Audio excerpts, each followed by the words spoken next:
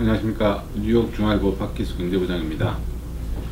12일 연방준비제도의 제닛 옐런 의장이 연방하원금융서비스위원회에서 이 청문회 증언했습니다. 현재 1년에 한두 번 정도 이렇게 중간에 의회에다가 보고를 하는 형식인데요. 간단하게 결론부터 얘기하면은 앞으로 금리를 점진적으로 올리겠다. 갑자기 올리진 않겠지만 조금씩 내년, 내후년까지 1년에 한 3차례씩 정도 올려서 상대적으로 많이 풀려있는 시중의 자금을 회수하고 경기가 과열 너무 되지 않도록 하는 것과 동시에 나중에 갑자기 올리면은 충격을 많이 줄 수 있으니까 경제에 그런 걸 미연에 방지하기 위해서 어느 정도 금리를 지금까지는 주로 이제 그 양적 확대 정책을 취해온 것을 이제 축소를 좀 하겠다. 그리고 또 동시에 연준이 그동안 금융위기 이후에 매입해서 보유하고 있는 채권을 국채나 또는 이 모기지 베이스드 된 채권을 만기가 돌아오는 것을 다시 재구매하지 않고 지금까지는 그렇게 해왔는데 이제 쉽게 얘기해서 시중에 다시 풀겠다는 겁니다. 그래서 보유하고 있는 자산을 줄여나가겠다. 사실 금리를 올리는 것 비슷한 효과를 냅니다. 그렇게 얘기를 했는데 그 근거로서 그렇게 지금 이제 지난해 말부터 계속 한 3분기째 계속 금리를 0.25%포인트씩 계속 올리고 있는데 그렇게 하는 이유는 미국 고용 시장이 굉장히 양호한 상태고 호조를 보이고 실업률도 낮고 해서 미국 경제가 어느 정도 안정적으로 성장을 하고 있다. 이렇게 지금 판단을 하고 통화 정책을 긴축 쪽으로 서서히 이렇게 몰고 가는 거라고 볼 수 있습니다. 근데 한 가지 이제 여기서 어저께 옐런 의장의 발언 중에 좀 주목해야 되는 부분이 있는데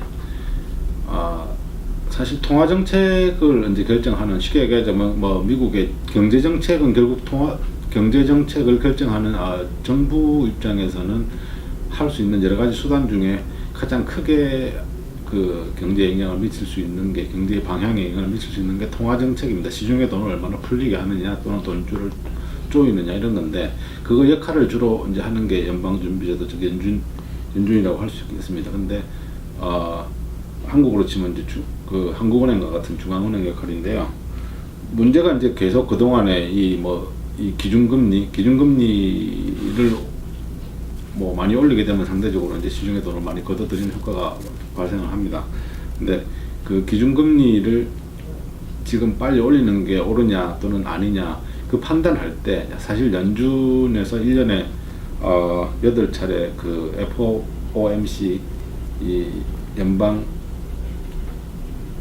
공개시장위원회라는 회의를 열어가지고 이제 매번 회의 때마다 현재 경제 상태에 대한 어떤 판단을 하고 금리를 올릴 것인지 말 건지를 결정을 하게 되는데 연준 위원들이 그 판단에 가장 근거가 되는 여러 가지 경제 지표들을 다 보기는 볼 겁니다. 예를 들어서 우리가 매일같이 쏟아내는 각종 통계 자료, 경제 지표들을 보는데 가장 중요하게 생각하는 게 한 가지가 이제 소위 말하는 이제 고용시장, 그러니까 일자리가 얼마나 늘고 있느냐 또는 실업률이 얼마나 되느냐 이런 게 한 가지 축이고 또 한 가지 평가 잣대는 물가 상승률입니다. 물가가 얼마나 오르냐. 왜냐하면 이제 간단하게 얘기를 하면 사람들이 취업을 많이 해서 소득이 높아지고 또 돈을 쓰게 되면 물가가 올라가고 그게 호순환이 되면 경기가 좋다고 평가를 하는 것이고요.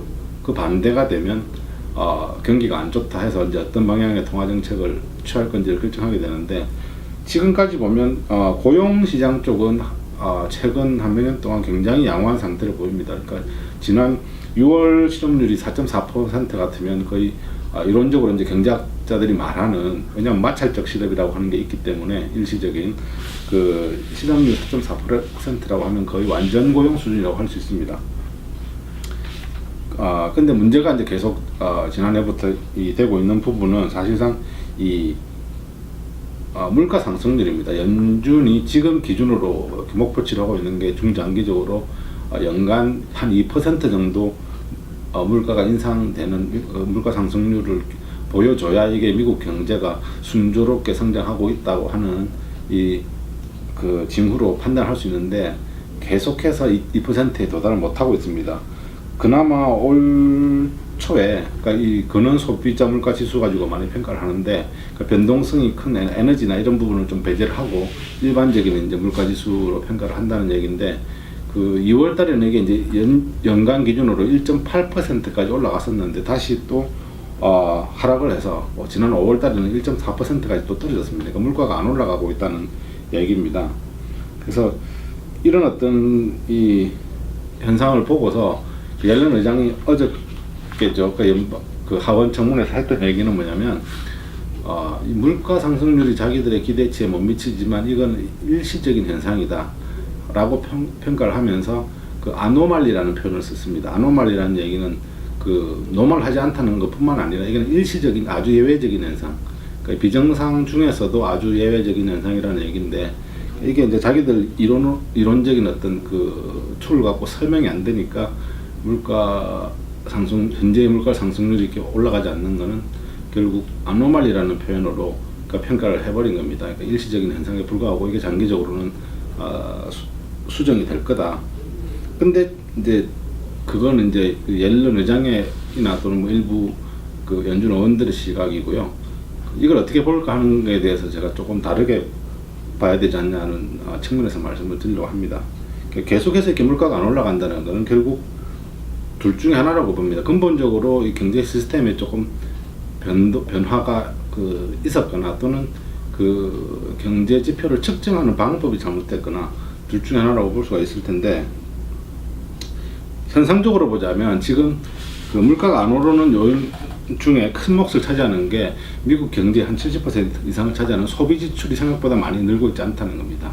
경기가 좋아지면 당연히 소비도 늘어나야 되는데 소비가 별로 이렇게 늘질 않았고요. 그 배경이 되는 게 또 한 가지가 뭐냐면 임금 소득이 안 올라간다는 겁니다.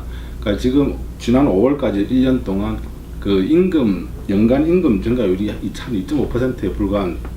그러니까 쉽게 얘기하면 고용 시장에서 일자리는 많은데 임금은 안 올라간다는 얘기죠. 그 사람들이 뭐 취업은 돼 있지만 소득이 늘지 않기 때문에 소비를 늘릴 수가 없는 뭐 이런 현상이 생겼다고 볼 수 있는 거고요. 그거는 기업 입장에서 볼 때는 뭐 굳이 월급을 또는 뭐 봉급을 올려주가면서까지 사람을 뽑지는 않겠다라는 측면이 강한 것 같습니다. 실제로 보면 기업의 채용 공고 자체는 많이 4월과 5월만 보더라도 계속 늘어나는 추세인데 실제 채용은 그만큼 이루어지지 않았고 더 나은 조건의 그 직장으로 옮기기 위한 사람들의 이직도 계속 그 정체 상태 또는 감소하는 상태입니다. 쉽게 얘기해서 경기가 좋아졌다고는 하지만 막상 근로자들 입장에서 보수가 더 나아지고 있지는 않기 때문에 이직도 줄어들고 있는 거고 기업들도 더 많은 봉급을 주면 사람을 뽑을 수 있지만 그렇게까지는 아직 하지 않고 오히려 그 인건비를 줄이기 위해서 뭐 요즘 흔히 얘기하는 이제 제4차 산업혁명 그 얘기하면서 얘기하는 사람이 아닌 기계와 시스템으로 대체를 하든지 또는 뭐 파트타임 일자리로 풀타임 일자리를 대체를 한다든지 하는 식으로 일자리 그러니까 양적인 측면에서 일자리는 늘어났지만 일자리의 질 자체가 좋아지고 있지 않기 때문에 결국 소비가 충분히 안 늘어나고 그에 따라서 물가 상승도 안 올라가는 거 아니냐 이렇게 보는 게 한 가지 측면이고요. 또 한 가지는 실제 소득이 좀 올랐다고 해도 사람들이 이제 그동안 금융위기라는 큰 시련을 겪으면서 조금 늘어난 소득가는 잘 안 쓰고 있다는 겁니다. 뭐 만약을 위해서 이제 비축을 해둔다는 측면이 강하다는 그런 것도 있고 지금 특히나 이제 뭐 세제 개혁이니 건보개혁 등등 정치적인 어떤 어젠다들이 아직 불확실한 상황이기 때문에 어떻게 될지 모르니까 지금은 좀 자제를 하겠다라는 측면이 강한 부분이 있고요.